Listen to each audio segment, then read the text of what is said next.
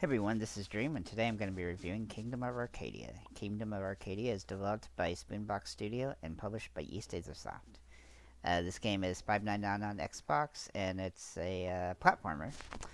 In this particular game, you're going to play as this little knight type of fellow, and you're going to be going through the levels, with a sword and an axe, and you're going to have to defeat enemies and find coins and find amulets and things in order to progress and to unlock the future levels, as well as after you complete each level, you unlock the next level, and so forth.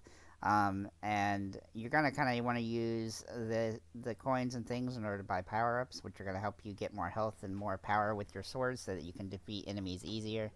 And the enemies also progress in how hard they are to kill as you progress through the game as well. So those upgrades are going to be very necessary.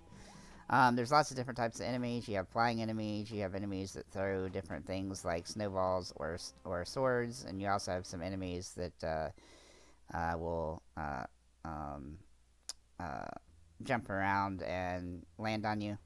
Um, some of the pickups you can find in the game are coins. You'll find amulets, and you'll find more axes, and you'll find health potions that you'll be able to increase your health with in the level, like because you'll probably lose some health here and there. You also have enemies that are shooting from above, which you can't take out, but they shall be able to be avoided. Um, as for the game itself, I think the game works pretty well as intended. All the hit detection and things was really good for a cheap game like this. Typically, games like this aren't as good in those departments, but this one actually is very well done.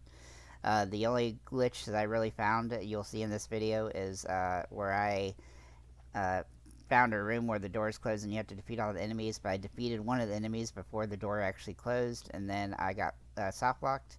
So that's one thing to be aware of. If you go into a room, make sure that if there is a door that's going to close, that it closes before you have to enter the door inside the room enough to make certain that it closes, so that you don't get soft locked, like I did. As you progress through the levels, you're going to find switches that are going to unlock doors that you couldn't previously get into beforehand. And usually those doors are near the beginning of the level, so you can skip a lot of the level once you've unlocked them if you die. And the boss levels are pretty straightforward as well. You just have to kind of mash on the bosses in order to kill them. Obviously, using the axes because they have long range potential also is useful there. I definitely recommend prioritizing health and your sword damage over the axe, because even once you progress, you're still really only gonna have 5 or 10 axes available to you, with exception in a few areas in the second to last area of the first two levels. So I definitely don't prioritize that from that perspective. There's also water areas where you're going to have to deal with fish. You can't actually attack them, you just have to swim around them. And the trick for those is really just to be on the bottom ground and use that to your advantage. Um, as for the quality of the game, I'm going to give the game a 7 out of 10. It's probably one of the better Ratalaika games out there. Or, sorry, East Soft games out there. And I feel like that it was definitely pretty well made compared to a lot of games that they put out.